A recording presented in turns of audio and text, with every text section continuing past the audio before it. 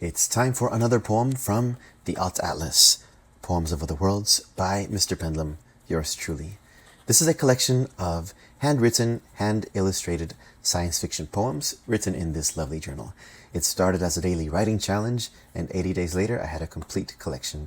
So last time we read The Calm Currents of Corydus. So let's read The Dance of Sulumor and Sulumor. Sulumor and Sulumor, they dance a dangerous dance. Round and round each other, these worlds circle in a trance. And at their closest point, they make their great exchange, as waterfalls fall upward, and the lakes reverse to rain. They test each other's strengths, pull at each other's throats, testing which brother from the other can pillage the most.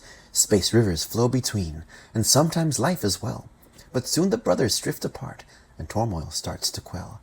One day will be their last, and they will dance no more, for far too close will pass Sulumor and Sulumor. And you can see the two worlds pulling at each other. Now, in this poem, I was thinking about a few different things. Number one, if you're familiar with some of the theories about the moon, then you may have heard of the idea or the theory that they were two distinct separate rocks that crashed, and then what was left was the moon revolving around the earth, or from the debris from the rocks formed the earth and the moon.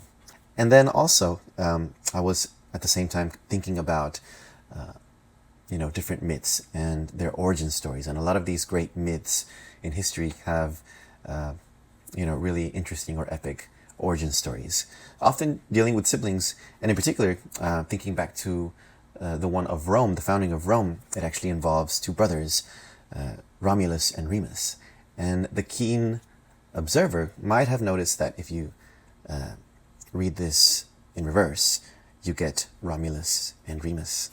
So just little reflections of science and history and myth put into this poem, The Dance of Sulumor and Sulumor from the Alt Atlas.